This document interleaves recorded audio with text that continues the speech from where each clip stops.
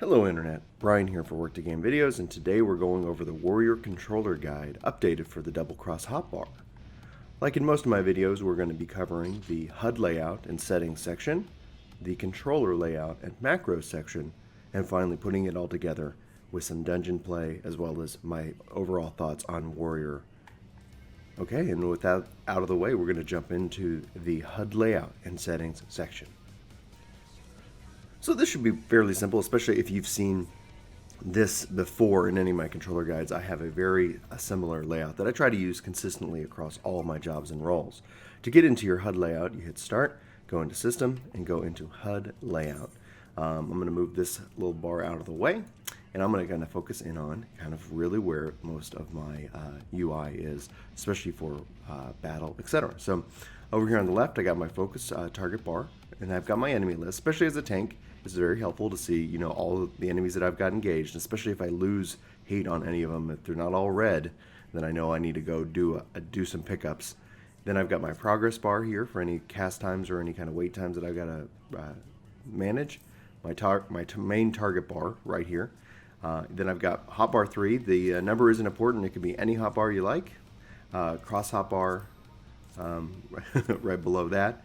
Over here on the left, I've got my left W cross hotbar, and then I've got my right W cross hotbar. They're offset because I've got my status effects that line this here.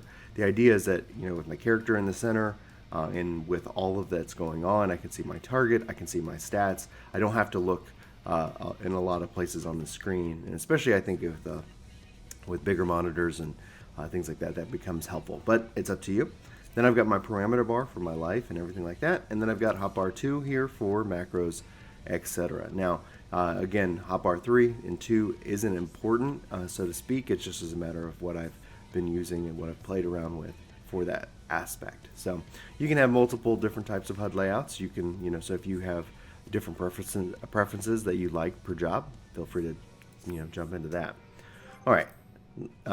Next, we got the various settings that allow you to do the double cross hotbar and those options. So go into Start, Settings, and Character Config, and you go into your hotbar settings. So here you've got a couple options. I like to make sure that you hide your unassigned slots. So clicking that on or off, essentially, you'll see all those little gray boxes. Return, I'm going to keep that off. And then here is where you've got a couple of different types of display options here. So you've got you're going to display your hotbar 2 and your hotbar 10. So for example, if I turn that off, you're going to see that's going to go away. I like having that, and especially I'll cover it more in the second segment, but it gives me visual feedback. I'm not actually clicking on those abilities. They're there just to inform me as a player. Sharing, it's important. So from a hotbar perspective, 1, 2, and 3 are job specific. And then in this case, the cross hotbar 1 through 4 are job specific, while 5 through 8 are all jobs. They share whatever actions are on 5 through 8. They're going to be shared across all your jobs. If you're playing one job, it's not going to necessarily matter to you because everything's technically shared for your one job. But in this case, especially if you're playing multiple jobs and multiple roles, I have right now hotbar 1 through 4 is job specific. Then under the cross section, I've got obviously enable it, display it. I'm in hold mode. You can't, I don't think, use your the double cross hotbar outside of hold mode. Then I've got always display the W cross hotbar, return to the cross hotbar after W cross hotbar input. And this is important because when you like to use an ability, I like it to return right back to that left side or that right side as I desire.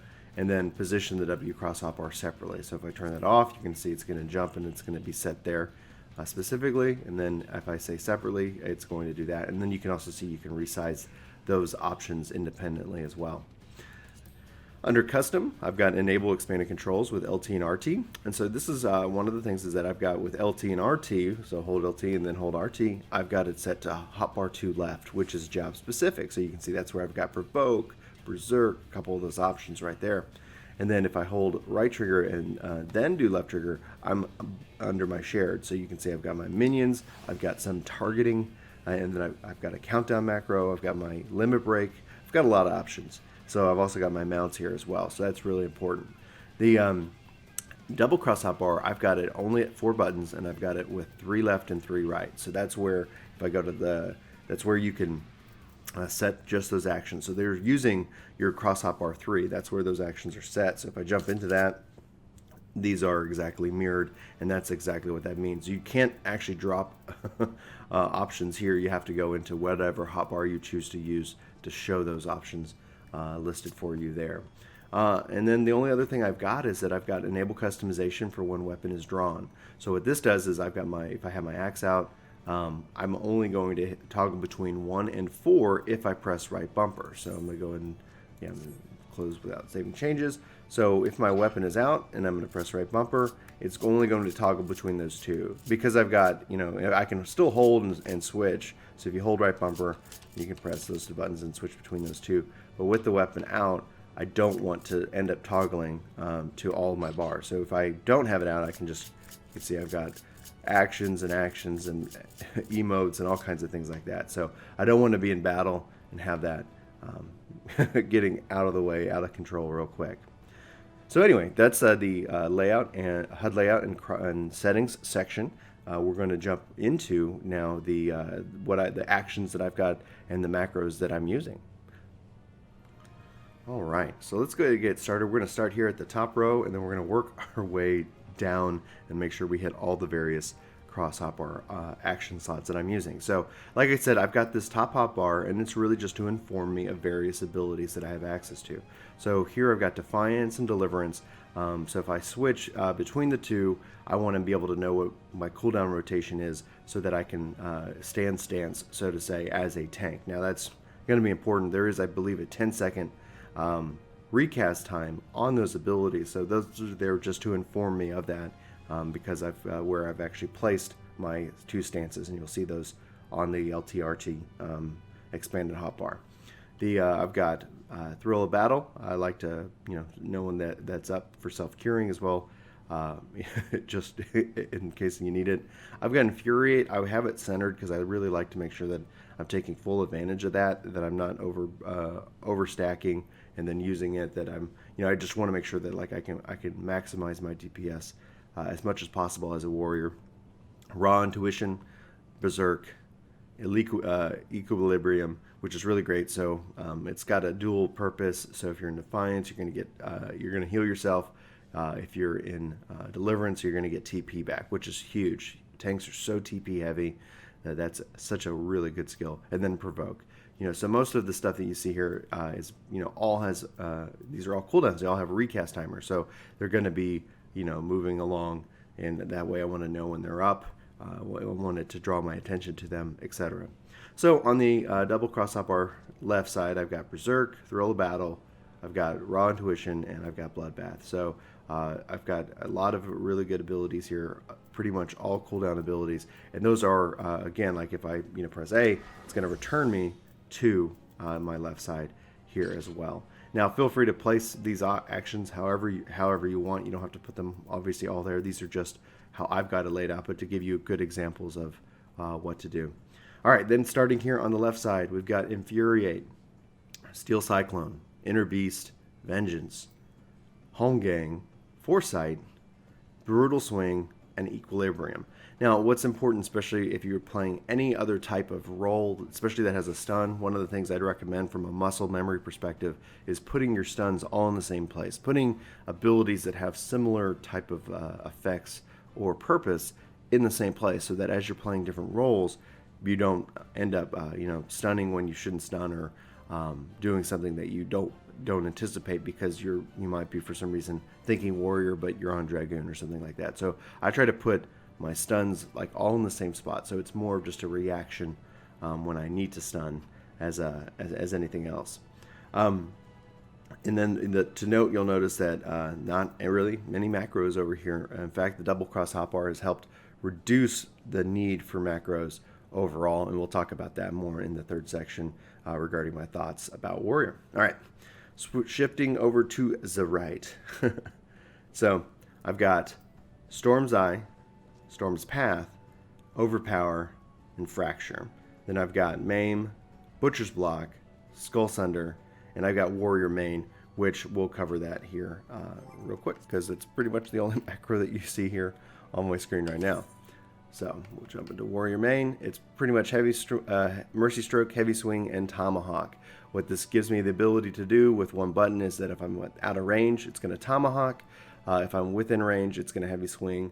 And if Mercy Stroke is available, it gives me that ability. Now, Mercy Stroke does have the ability, if it's a killing shot, to restore HP. So it's going to be up to you if you even want to macro that at all. In fact, with the double cross hotbar, not necessarily necessary. So especially one of the things that if you're trying to do more savagey stuff, it's highly recommended not to use macros because you're going to suffer a DPS loss there. And I'll give more thoughts on that in the last section. But since I'm not doing savage, I find that this works really well for me, and I just like the convenience of being able to pop that off whenever I want.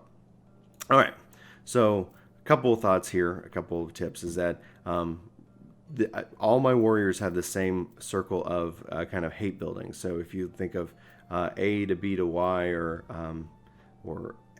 X to circle to triangle as that kind of that mentality, and then from the right way, from the damage process, A to X to up or A to X to left, same kind of concept on the PlayStation. So X to square to up and then left. So this is and so you'll see that if you see my Dark Knight video, if you see my Warrior video, I try to do that same similar pattern, so that just like with my stun, my hate building is a pattern and my damage building is a pattern as well.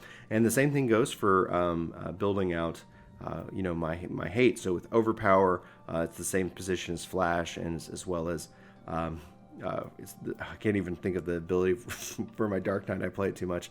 And then same thing for my my dot that I place on the enemies right there. So very similar layout. It should have the same feel. In fact, when I'm tanking, there isn't a lot that I have to sit here and worry about from switching the different roles. Every tank plays a little differently, so there is an important difference in that fact. But from a core rotation, I try to keep things, keep it simple. So that's what I've got there. Then lastly, on the overall right side, I've got Conveylance, Second Wind, Eternal Release, and Flash. So here is just the ability to kind of self-heal, also and increase and make it easier for healers to heal me. Flash, like I said, warriors are so DPS intensive that TP intensive.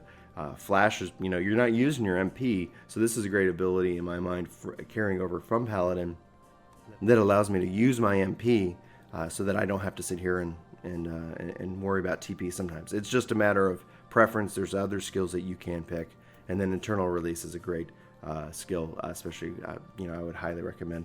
Increases your critical hit rate by 10%. So it's really good to be able to combo that with all of your other abilities as well. Okay, so that's one. So what we're going to do here now is I'm going to switch over to 4.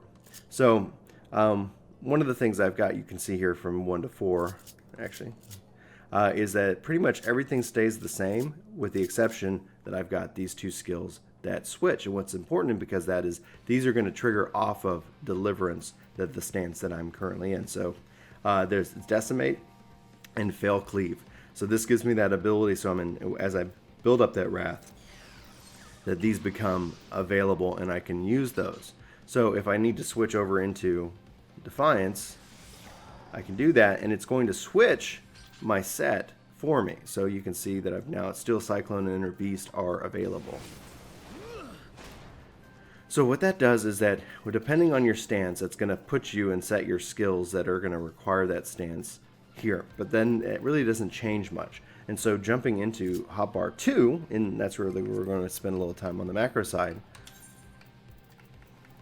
you see that I'm using Defiance and I'm changing to hotbar 1 because that's where those abilities are. Or if I switch to Deliverance, it's going to change me to hotbar 4, and that's where those actions are.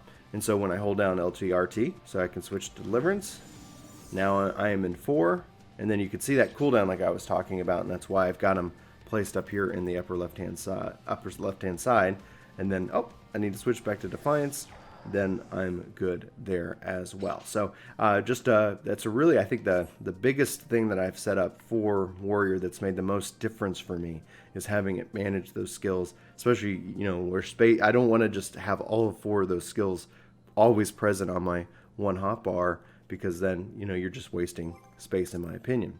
Okay, so we talked about 4, we talked about 2, we talked about 3 as well, but a little bit more on 2. So I have those 2 macros. I've got Unchained, I got Convalence here, got Berserk here. I've got my Sprint in case I need it. It's very bad, especially if you use Sprint as your warrior. That's where you're going to have to flash or do some stuff while your TP regenerates, or switch to your Deliverance and use your Equilibrium to get some of that back. Provoke is really kind of the more important skill that's listed here, so that way I can, if I need a tank swap or if I need to grab hate. Most likely this is going to be a tank swapping skill. You shouldn't be losing hate too much, especially as a warrior. You're able to get it and also be able to do a lot of damage, so that's really important. So not a lot of macros, which is really exciting for me. One of the things, the goal of the macro in my world, especially as a controller player, is to help keep abilities in rotation. But I know there is a very vocal community that does not like them, and I understand why. So we covered the controller layout and the macros section, I think, thoroughly. We've and next we're gonna go just general thoughts on Warrior. We're gonna talk about some more of my opinion on it. So stick around.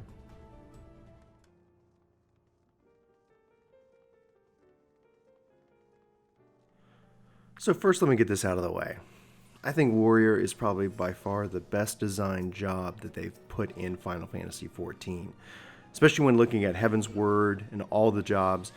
My preference, is really to play a lot of them, but the thing is that Warrior has been probably some of the most fun. When you look at the balance between tanking and damage and being able to switch between the two, and the skills available and what you have, as well as just the flashiness of it all. You've got Overpower, Steel Cyclone, all these really great abilities that allow you to really build up that hate and, have an amazing time doing it. So, do I play Warrior all the time? No. I play Paladin and Dark Knight and Warrior and White Mage and all of these various jobs. But with that experience in playing all those different jobs, I do feel that they nailed Warrior. It's such a great job, such a classic one. In fact, it was the job that I started out, especially in 11 with, and it's really, in its history of Final Fantasy, it's always been a really good thing to have. Now, how do you play Warrior? Well, like pretty much anything else, you tank the mobs, have the bad guys face away from your party. But what the Warrior does is that they've got a huge HP pool, and with that, especially with your Deliverance and Defiance now at level 60, you have the ability to manage your various stances. If you've got enough hate, you've got people, and they're all hitting on you. Look at this pack of mobs right here. You got a bunch of them, and I'm working to make sure that I get everybody. Being able to Steel Cyclone and just keep everybody's hate. So here I go, boom. I want to make sure I don't take too much damage for the healer. But you want to be able to grab that hate. You've got everybody's attention, and you can switch into that Deliverance and really maximize your DPS and burn things down faster. People don't have to heal you if the monsters are dead. It's pretty, and it's a lot of fun. I think that's the key thing. If you're anybody out there is like, what job should I play? What tank should I play? Play what's fun. Play what's fun to you. Every tank has a skill and an ability. They really make them feel unique and a lot of fun. But Warrior in this case, I would say, is a fun job to play. It's very, from what I've seen, very popular. Now, I'm not a Savage Raider, so I would believe that, maybe people have a different opinion at that level. But pretty much for all the content, I'm able to really do the job very well. What it does lack, what I do miss, the one thing I would change is I love Plunge from Dark Knight and the ability to close the distance really quickly. I love that skill so much. But outside of that, the job is pretty much flawless. So there really isn't much I think in terms that I could probably give you outside of you want to do a couple hate rotations and then switch into your main and build up and do your damage. Look at your skills, burn as much as you can, and rinse and repeat. So try to make sure that you keep the enemies focused in on you. You're going to have the best gear to take the damage. Obviously, that's a very tanky thing to say. Try to stack your abilities together to maximize your DPS. Like stack your stack your cooldowns, and then that way you can kind of get them maximize your most out of it. So what I mean by that is obviously your damaging cooldowns. Manage your damage mitigation cooldowns appropriately. The best thing you can do for this job is to practice it. So run the dungeons. If you know the fights and you know when an enemy is going to do a certain skill, etc., that helps you know when to save those cooldowns. Also know that if you can't stun the enemy, weave stun in as a part of your just regular rotation, because you've got a 20-second cooldown on using it, and if there's nothing you can stun or that you need to save it for, well, that's just a nice little off the global cooldown of hit that you can apply to the boss. So with that, play Warrior, play what you like. I would highly recommend it. If you got any questions, leave them in the comments below. Like this video if you like it and you want to see more, and subscribe to the channel if you haven't already. So for Work to Game videos, this is Brian, and y'all have a fantastic day.